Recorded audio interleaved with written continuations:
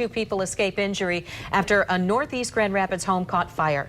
24-hour News 8's Joe LaFergie here now with more proof of what firefighters have been saying for years. Yeah, Joe. Brian, Sue, and they've said it a long time. These simple devices can't put out the fire, but they can buy you time, and that can be critical, especially in a situation like today's. Now, generally in a fire, it's the smoke that kills, not the flames.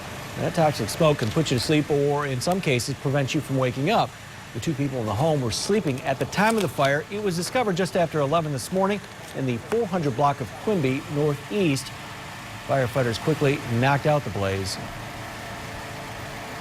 They smelled smoke and they went down to investigate what the source was. The smoke detector alerted without them seeing any smoke, and they decided to exit the home, which was the right thing to do.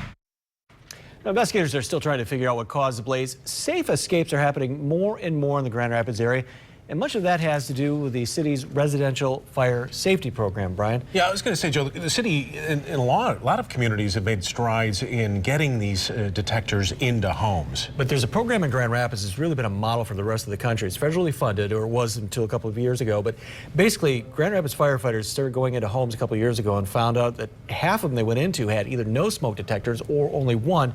That's not good enough. So they put this program together. They actually take a call from a person, a resident.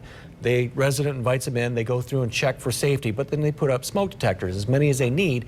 And so far, they've been in about 5,000 homes in the city. That's amazing. And it's really, they think it's really made a difference because the fatality rate from home fires in the city has dropped to just one last year. How could it not? Yeah.